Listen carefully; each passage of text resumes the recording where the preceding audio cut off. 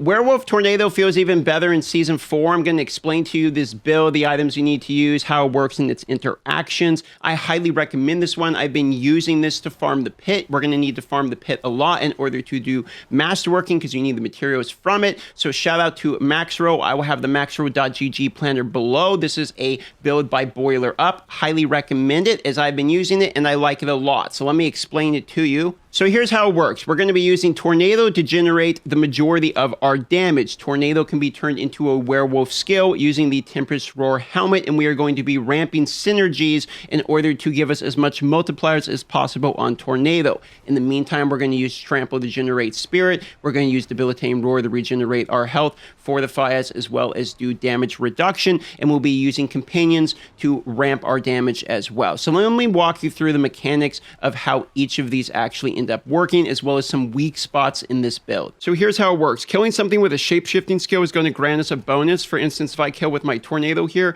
now we have this bonus, okay? And what does the bonus do? Your next non-ultimate Werebear skill costs no resource and has no cooldown, or your next Werewolf skill will heal you for 1,000 when damage is first dealt. So that means when I use my Trample, it's going to reset the Trample. Well, because of what we take in the skill tree here off of Trample, we are actually gaining Spirit when we cast this. So we have this combo where what we do is we kill something, then we cast Trample, which resets and gives us Spirit, then we kill something and we do it again. You get the bonus of the fact that Trample is actually a mobility skill, so we can constantly move. Where's the damage come from? Well, this is a core skill Tornado, and we're going to be using Shepherds, which every additional companion we have gives us a 20% multiplicative bonus of DPS. Now we're going to pair that with the ring, gives us one additional companion, giving us even more DPS, and we're going to pair this with the fact that we deal increased damage while hitting a poison enemy as a werebear or crowd-controlled enemy as a werewolf. Now the enemies are going to be crowd-controlled for two reasons,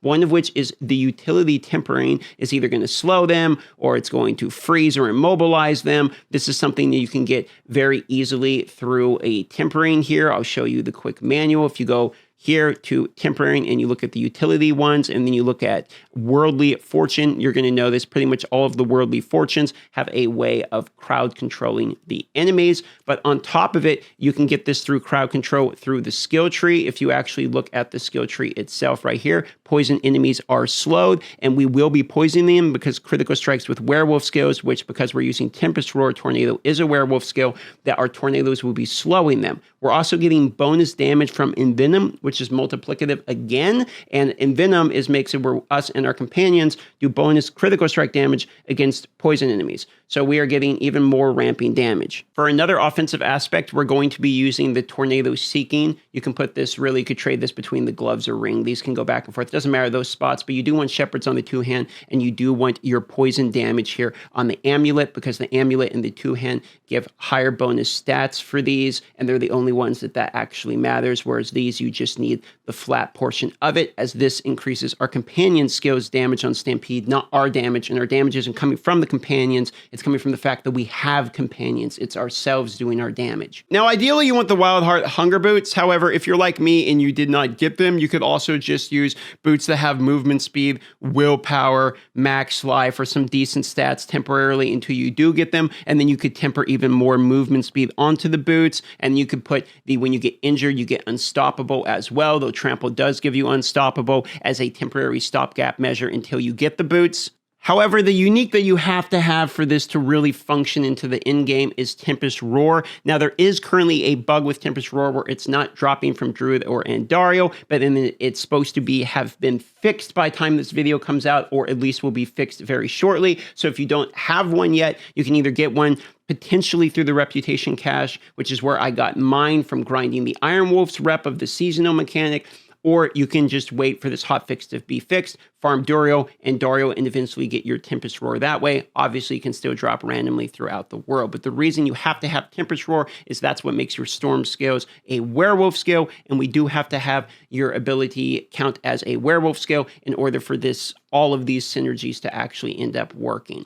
As far as other legendaries are going to go, defensive options, I am using just something that stacks me willpower to get more bonus damage, max life, and the resistances I need. I'm tempering on the resistances, and then also those lucky hit to crowd control the enemies like I was talking before. Damage reduction while shape-shifted into a werewolf seems like a fairly obvious one. And then I'm using Juggernaut to give us instantly the max cap of armor, which is 9,230, which will cap out all of the armor you need. I am massively overcapped. You do not need this much armor. You only need 9,230 for all of the content in the game requires that much armor, basically.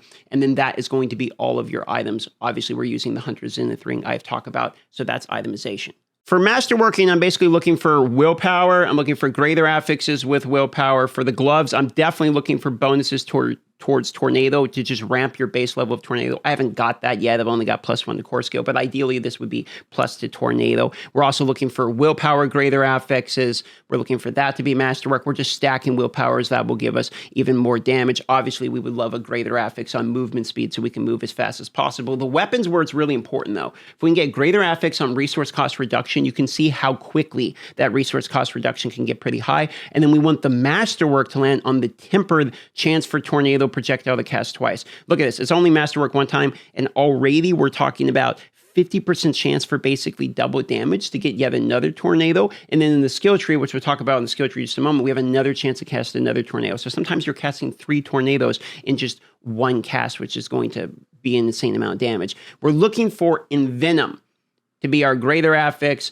as well as to be masterwork, because Envenom is going to ramp our damage even higher. I was satisfied with critical strike chance, greater affix, as well as a masterwork, so I just kept this one, but Envenom is very important. In Hunter's Zenith, we're looking for quick shift, for instance, and then we are looking for greater affix. On the ring, there's a debate about what you could, I suppose, go for on the ring. For me, I went with resource cost reduction, but there is attack speed is a very hard option to get outside of this one ring option. So you could probably go for attack speed since we're pretty limited on our attack speed options as well. But for me, I went with resource cost reduction and stacked another resource cost reduction. So I have basically 50% resource cost reduction across the board. For Spirit Boons, I went with these. This is slightly different from what other people use. I actually like the chance to restore spirit, the healing, the increased crit strike chance and damage. Some people take the Fortify as well as the max life just to be a little bit tankier instead of the critical strike chance. So you could go with either of these setups.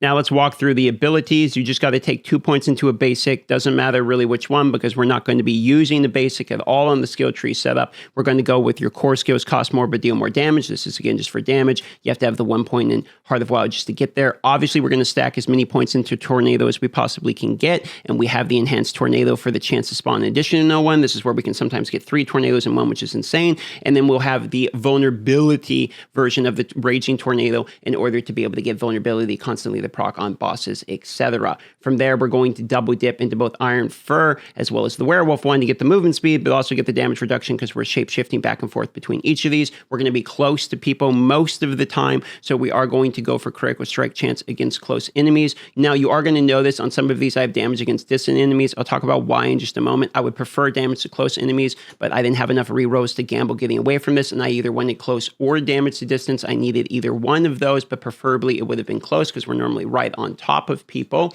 Now, as we continue here, I took a point into Fortitude, 3 into the defensive skills, and then we're going to go all the way to Debilitating Roar. This is just to give you a heal, some sustain, and fortify, but also you get that 70% damage reduction, and you can spam this because of Hunter's Zenith, so you constantly have fortification, health per second coming in, as well as damage reduction, so this is a pretty good one. We obviously have to take these two and this one just to be able to get more companions. Again, because of the shepherds, we need as many companions as possible, and that's part of the reason we take 2 additional ravens. So we're getting as many companions as we possibly can here, and enhanced ravens gives you additional crit strike chance as well. So additional crits always kind of nice. You can use that to cast on the boss, but for the most bit, we don't really use this for anything other than the ramping damage off of shepherds.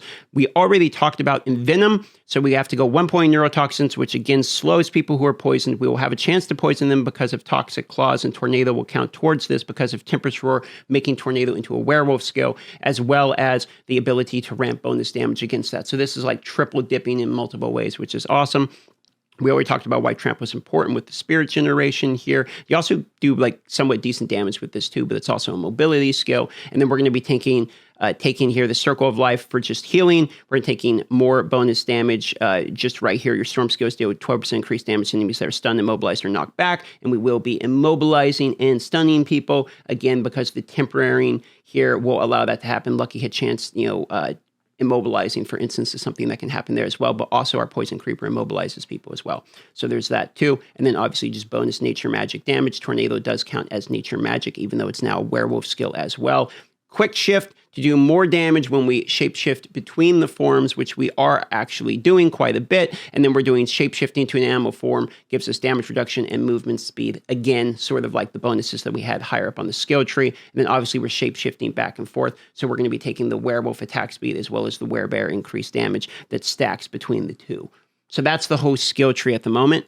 For the Paragon board, I'm going to send you over the Max Rose website in order to look at it because they have the best way of doing it. I'll show you in just a moment. But if you just want to see, it's Werewolf, Exploit, Undaunted, Earth and Sky, and then Territorial. And let me show you real quick how you can find a very easy path to be able to see this. If you just continue to scroll down till you get to the Paragon board, you can click this fine little button right here, and you can be able to walk through and see exactly where all the points go. It doesn't look this funky. I have dark mode on.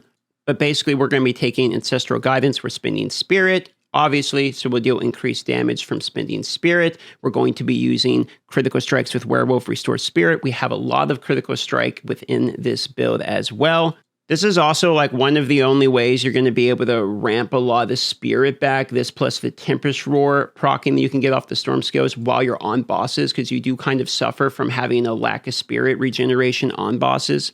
We also take the bonus damage from being surrounded by poison enemies. This can be immediately procced off of your Poison Creeper, but also you can proc this off of the fact that you're poisoning people off of the Tornado literally already. And then Thunderstruck. This is where we're going to talk about the distance and close enemies. Storm skills deal increased damage equal to 20% X of your damage versus close and damage versus distance. So you can stack damage versus close or damage versus distant, preferably close, because you're normally right on top of people as well. So at least the stat itself will be useful. And then this also gives you another multiplicative type of bonus as well. So that's why that one is so important. So altogether, it looks something like this. You go into a rift, you're going to go ahead and use your Debilitating Roar. When you're running out of Spirit, you're going to cast your Trample. You're going to make sure you get at least one kill, which obviously we're getting a lot more than one kill. You're going to re-spam that. You're just going to continue the blast on through like this. And then you'll notice the Debilitating Roar is still on cooldown. You got to avoid that problem by making sure that you're guaranteeing you're getting a kill between each one of these. You can't do Trample and Debilitating Roar at the same time. You have to do one, then get a kill, then do the other. For instance, I got a kill, so I can re-spam it there, and you can do this in order to get your Fortify back up. Got a kill, can do Trample again, got a kill, can do Debilitating Roar, got a kill, can do Trample. So you kind of do this juggling act of doing one, getting a kill, doing the other, getting a kill, doing the other. But you want to try to keep Debilitating Roar up, because as soon as your Debilitating Roar drops, you are going to lose a pretty substantial amount of sustain, and that's really one of your only forms of sustain. You can see immediately when it dropped there, I'm losing some HP pretty quickly. And you can see that I messed up on the Trample, so now I don't have Trample, so I'm slightly vulnerable to an opportunity to be CC'd, for instance, which is another thing you have to keep in mind. You don't want to have Trample down at all, because you're going to need it to break through, and that is your only form of really getting unstoppable on demand in case you do get CC'd. So if you're playing hardcore or something like that, you're going to need to watch out for that. But this is basically what the gameplay looks like. It's pretty fast. That's one good thing about it, is the movement speed's pretty fast. And I also don't have the unique boots, which would actually ramp the damage even more. So at the moment, it's a decent variant, but it's not the ultimate variant of it. And I've been using this to be able to farm, most things in the game at the moment. So you can still get killed if you make a mistake or anything like that, so just be careful if you decide to play hardcore with this build. But it is a really good farming build. You see, you can make a mistake, and now I don't have Trample up, so if I got hit by one of those, I would in fact be CC'd, and that definitely could be a moment that could get me killed. So just some things I've noticed about the build myself. And you're obviously, you might not have Tempest Roar because it's been bugged for a while, so that could be something else. You could know this as well. And then you're going to see on the bosses too that Spirit generation can be a little bit of an issue. You're really reliant on those Critical Strikes, for instance, because you don't really have the ability to constantly reproc your Trample over and over again, because there's no minions for you to kill to get that cooldown reduction over and over and over again. So here we go. I'm going into the boss.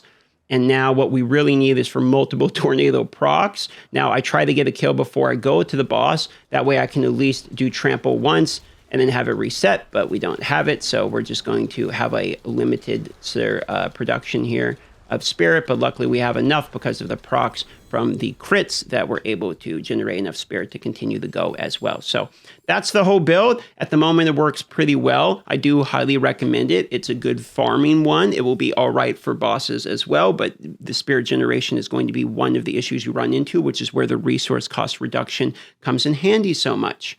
But that's about it. Love the build. Thanks for watching the video. Consider subscribing or liking. Check out the planner down below if you want to do a read up on it. Check out Boiler's Twitch as well. Shout out to the boy. Thanks for letting me use your build in the video here, my friend. And I hope you all have a wonderful day.